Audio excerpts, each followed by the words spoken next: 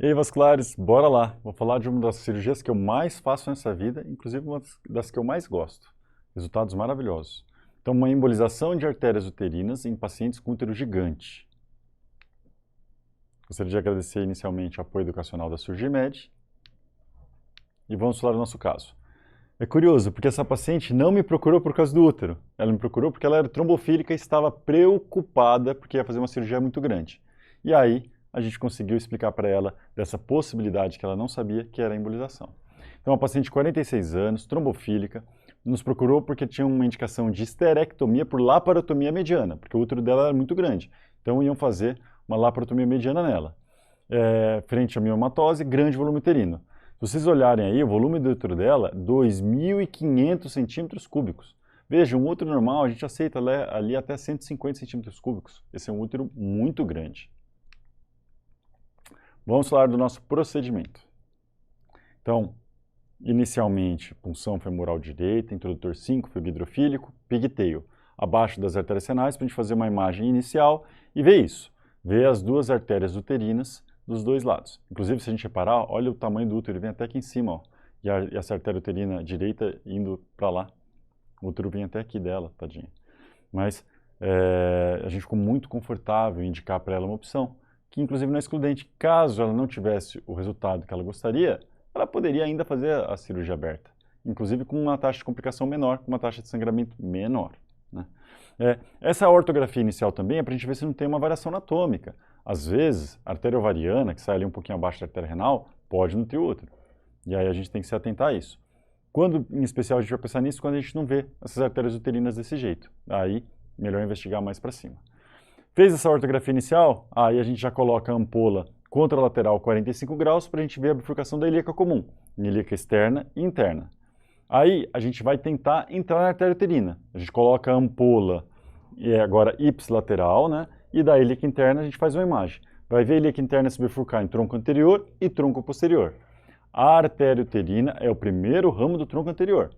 Geralmente ela está lá e não é muito difícil de cateterizar.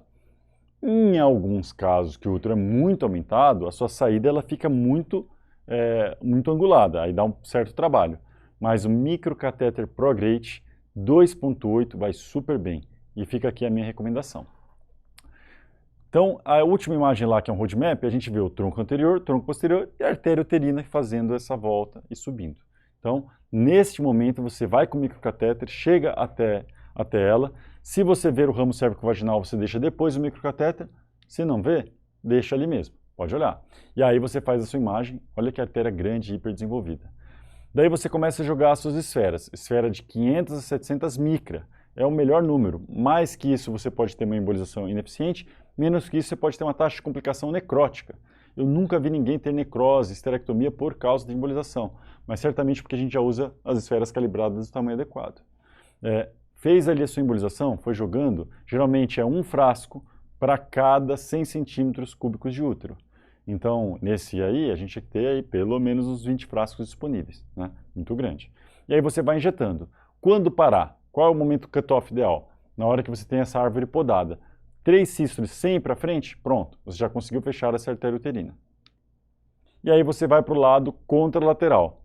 Mesma coisa. E aí tem uma dica. Para você não ter que puncionar o outro lado para fazer a mesma coisa, você faz a famosa alça de Waltman, que é isso que a gente está vendo no vídeo. Empurra o seu catéter para ele ancorar, dá uma girada e sobe. Aí você transformou um catéter de cobra, no nosso caso, praticamente num Simons. E aí você volta ele e entra na ilíaca interna ipsilateral, para você fazer a sua embolização do outro lado. Não existe embolizar só um lado, certo? A gente tem que embolizar os dois lados. E tá aí, muito grande, né? Essa artéria uterina vem até lá perto do rim da paciente. Então a gente conseguiu embolizar ela super bem também, chegando até um cutoff lá que não ia mais nada para frente. Então os materiais, introdutor 5, fio hidrofílico 0,35, catéter pigtail e cobra. Eu gosto desses, tem gente que faz com outros, o Simons, por exemplo, eu gosto dessa combinação. E aí catéter curto. O catéter curto, por exemplo, da Cordes, que tem uma manobrabilidade boa, te dá muita tranquilidade de fazer o procedimento. Microcatéter, como eu falei, eu gosto do ProGrate, ele já tem, inclusive, que seu microguia próprio, né? Não tem nenhum degrau, desnível entre o fio guia e o microcatéter, que às vezes te ajuda a entrar naquela artéria uterina mais traiçoeira. Esferas calibradas, não tenho preferência nenhuma, mas o ideal é a gente manter esse tamanho de 500 a 700. Em alguns casos de úteros muito volumosos, depois que eu fiz muitos frascos do 500 a 700, eu passo para os 700 a 900. Mas aí você já conseguiu fechar bem, e aí dá para fazer isso. E dispositivo de selamento, eu gosto do Angiocil, pode ser outros, já estimulando o paciente de debulação precoce. Tem que lembrar que esse procedimento é feito sob raquianestesia, com doses elevadas de morfina, sondagem vesical, senão, porque a paciente faz uma paralisia vesical por causa da morfina, inclusive o contraste vai ficar na sua frente da bexiga se você não o fizer. Então tem que lembrar disso. E é importantíssimo conversar com o paciente sobre o quadro álgico após. A maioria dos pacientes tem muita dor, a gente deixa um analgésico como dipirona, um anti-inflamatório como cetoprofeno e um opioide como Oxycontin, Tramal, porque realmente é muito comum os pacientes terem dor e é só avisar para elas. Isso não quer dizer que ela está tendo alguma complicação, isso quer dizer que está tendo resposta ao seu tratamento. Então, essa mesma paciente, se a gente olhar aqui ó, a conclusão, numa ressonância magnética de controle, 6 meses após, o útero, que era de 2.500, baixou para 700 centímetros cúbicos. Essa paciente, a gente pergunta, liga para ela nem quer mais passar em consulta, ela está extremamente feliz e não fez mais nada, né? Habitualmente a gente faz um ultrassom pélvico transvaginal com 3 semanas, só para mostrar que está tudo bem, uma ressonância magnética com 6 meses e uma ressonância magnética com 1 ano, que aí sim a gente vê o nosso resultado final. O que a gente espera, né?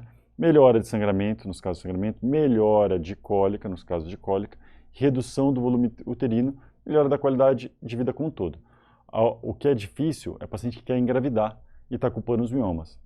A infertilidade ela é multifatorial, às vezes até o marido, então a gente tem que tomar muito cuidado e conversar muito com esses pacientes, né? Temos que lembrar que se a paciente é passível de uma miomectomia, um mioma único, não tem por que você embolizar esse útero.